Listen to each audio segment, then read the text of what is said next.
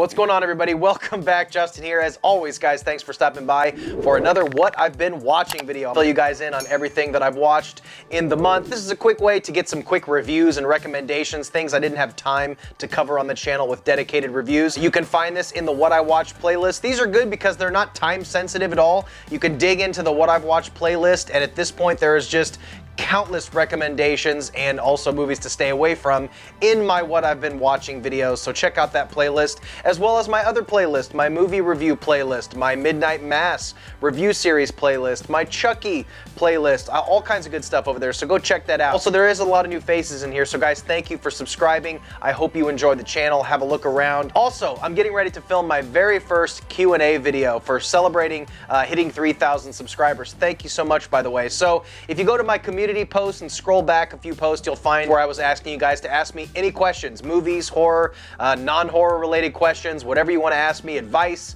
anything. And I will answer those questions, as many as I can, in that Q&A video, which I'll be recording this week because I'm on vacation, so I'm going to be doing a bunch of videos. So, but anyway, I better stop talking before somebody leaves a timestamp that says video starts at 2 minutes and 22 seconds. I popped off on a dude in the comments a couple days ago about that. Anyway, let's get into what I've been watching. I'm using Letterboxd. If you guys want to follow me on Letterboxd, I'm going to try to be way more active on this. I always log my movies, but I don't include reviews, so I'm going to do that a lot more. So go ahead and follow me. If you follow me, I'll follow you back.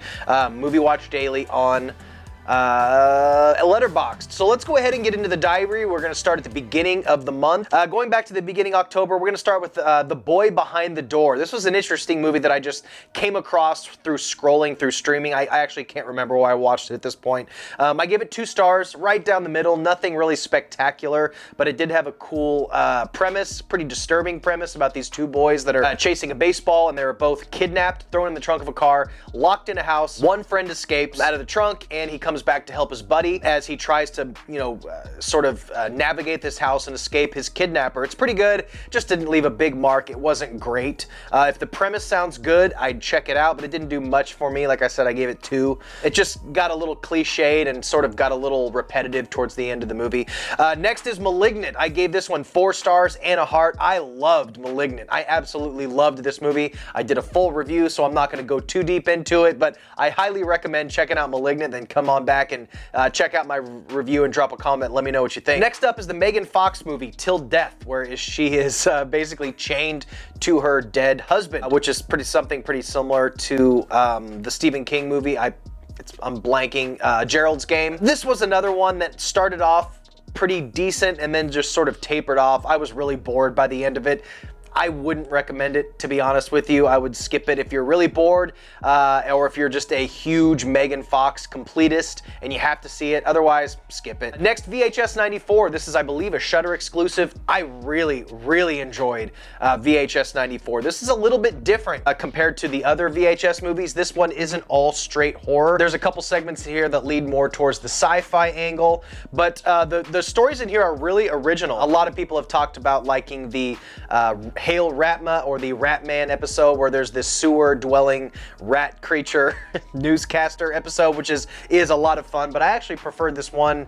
I think it was towards the end, this guy who performs these experiments on people and sort of turns them into these half-robot, half-human hybrid things. But I would definitely recommend VHS 94 if you're into the VHS movies. It's great. It's definitely better than Viral. Next up, The Empty Man. This came highly recommended from a lot of people, including Chris Stuckman made a really in-depth video about The Empty Man, and I watched it. I gave it 3 stars out of 5 and a heart. I did like it. It didn't blow me away. Premise here reads: the first night you hear him, the second night you see him, the third night he finds you. After a group of teens from a small Midwestern town begin to mysteriously disappear, the locals believe it is the work of an urban legend known as the Empty Man.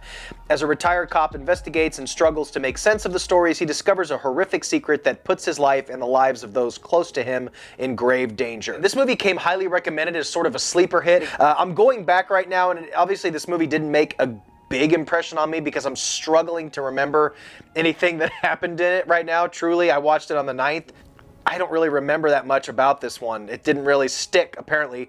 It's also far over 2 hours. So I gave it 3 stars and a heart, so I guess at the time I really enjoyed it, but I'm really struggling to remember a whole lot about this one now, but if I gave it 3, it's above average, but not great, so there we go. Next up, Midnight Mass. For those of you who follow the channel, you know that I covered every episode of this 7-episode series in depth. It's Mike Flanagan's show. He did The Haunting of Hill House, Bly Manor, Dr. Sleep, Oculus, Hush. It's absolutely brilliant. It tells the story of this small town, this mysterious priest comes to replace the old priest in this small town, but there's a lot of weird shit happening to him. This show is so insanely well written. Like I said, I did full in-depth videos for every episode of that show. They're some of the most successful videos on my channel. Just go watch Midnight Mass, come back and join the conversation. I'll link that playlist down below. Next up, Clickbait. This is a real schlocky little treat here. This stars Adrian Grenier, the dude from Entourage. He's kidnapped and he appears on a YouTube video a couple days later saying that if the video reaches a certain amount of hits on YouTube, certain amount of views on YouTube, he'll be killed. Looks like he's been beat up and bruised and put through the ringer, and he's looking at the camera, obviously in distress, with a sign that says, "I abuse women." And there's this race against the clock to find this guy before the video reaches a certain amount of hits before he's killed. So you follow his wife and the detective and his sister as they all race to find it. This isn't an amazing series by any means, but if you're looking to throw on a series that's just sort of fun, a little dark, easy to watch, like watching a really sleazy episode of CSI or one of those procedural shows, it's really similar to that. I gave it 2.5 stars, right down the middle. This is a very standard, basic mystery show. Next up, Dune. I gave this 3.5 stars. I really enjoyed Dune. It's absolutely beautiful. This didn't get a full 5 stars or 4 stars because the narrative is a bit lacking and it does move a little slow. I'm actually, being that I'm on vacation this week, I'm going to go and see it again in IMAX. I have a B&B gift card that's just been eating a hole in my pocket, so I'm going to use that to go see this proper in a big, massive theater. And I think I'm going to come back and do another a review for it after seeing it properly. But absolutely go watch Dune. You can watch it on HBO Max. You can see it in the theaters. I would definitely suggest going to see this in a theater. I think you'll really get to see this movie as it was intended if you see it in a theater. I'll let you guys know I'm going to come back and probably review this again after I see it in IMAX, so stay tuned for that, but definitely go see Dune. Next up, Halloween Kills. I gave this 2.5 stars. I actually watched this a while back, and I never reviewed it because I wanted to watch it again before I gave my thoughts on it, because I kind of thought it was really average. It didn't really blow me away. The kills, of course, are amazing, but I just, honestly, after watching it, I just knew, I immediately was like, not sure of how I felt about it. At the end of the movie, after seeing it, watching it all the way through, I still didn't have an opinion on it. I was just so conflicted. I think a lot of people have felt this way about this movie because they wanted to love it so much. And when you get done watching a movie like that and you don't love it, I think you want to fight for a way to like it. And I think that's what I'm doing with this. So I need to go watch it again, and I will put up a review for Halloween Kills. But as it stands now, 2.5 stars. Next up, Last Night in Soho, guys. I did a complete in-depth review of Last Night in Soho. I give this movie another top recommendation. Rush out to the theater.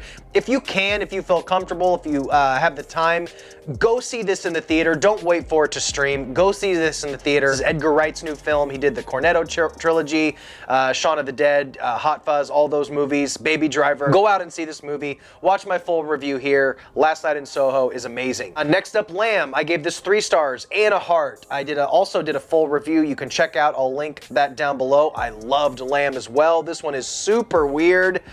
Go watch my review for that one. Go give that some views. Next up, Antlers. I actually did a full in-depth review of this one as well. This was like a vlog style review, so I take you guys with me to go see the movie in the theater, and then I come back and review it here in my movie room. But go give that video some views. I won't spoil my review here. Freaky.